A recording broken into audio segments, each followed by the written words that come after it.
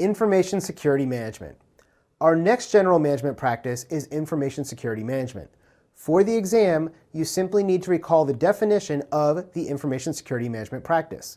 And that definition is that the information security management practice is there to protect the information needed by the organization to conduct its business. What is information security management really all about, though?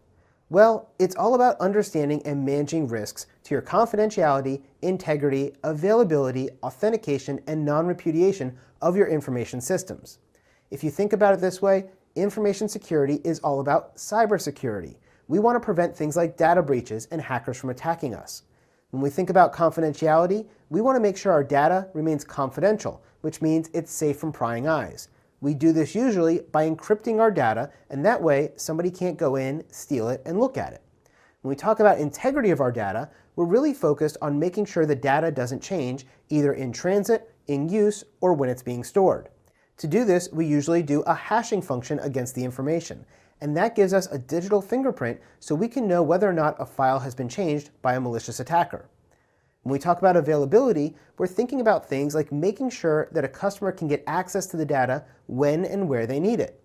So if I had a website that had great confidentiality and great integrity, but you could never access it, well, then it has horrible availability, and it means that service is going to fail.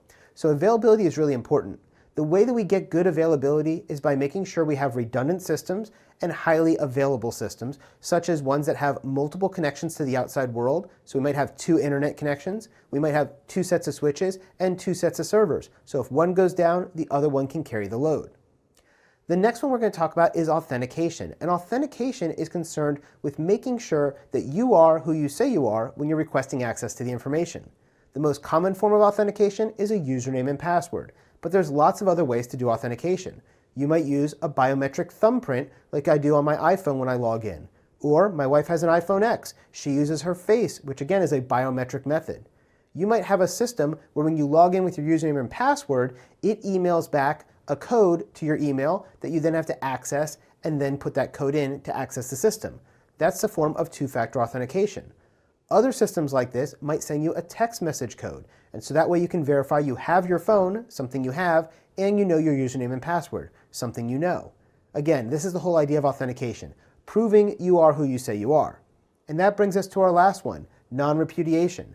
With non-repudiation, we're trying to make sure that you are who you say you are, and you can't say you didn't do what you did.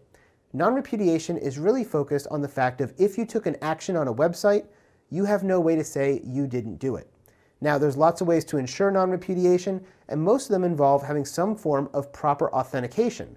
For example, if I wanted to have non-repudiation of an email I sent you, I can digitally sign it with my private key. And if I do that, it means that nobody else could have signed it with that private key because I'm the only one who has it. And that means you know I actually sent it. So even if I said, I didn't send that email, you can go, yeah, you did. I have proof right here. That's the concept of non-repudiation. Now again, for the EIDL 4 exam, you only need to know the purpose of information security management.